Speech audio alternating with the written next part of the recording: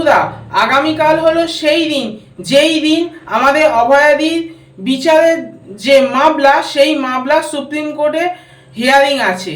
যেই হিয়ারিংটা গত 5 তারিখে হওয়ার কথা ছিল, যেটা পোস্টপন্ড হয়ে আগামীকাল হচ্ছে।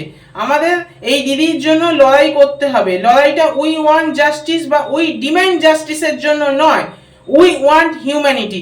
মনে রাখবেন বন্ধুরা, বিশেষ করে আমিও, আমাকে ব্যক্তিগতভাবে অনেক মানুষ বলছে যে তুই অনেক সরকার বিরোধী সোশ্যাল মিডিয়ায় পোস্ট করে থাকিস। আমি তাদের উদ্দেশ্যে বলে থাকি যে আমি সোশ্যাল মিডিয়ায় সরকার বিরোধী পোস্ট করি না, আমি অন্যায় বিরোধী পোস্ট করি। তার কারণ আমি অন্যায় দেখলে সহ্য করতে পারি না।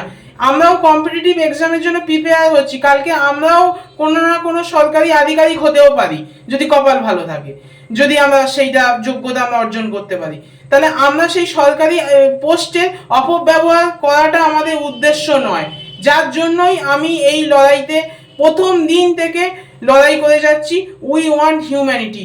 আজকের আমি দিদির পাশে বিচার পাইয়ে দেওয়ার জন্য লড়াই করছি।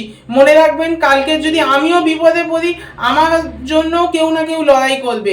এইভাবেই সমাজ তৈরি হয়, এইভাবেই মানুষ তৈরি হয়। মানুষ আমরা, মান আর হুঁশ দুটো মিলেই কিন্তু মান হুঁশের তৈরি। ফলে এই জিনিসটা ভুললে হবে না।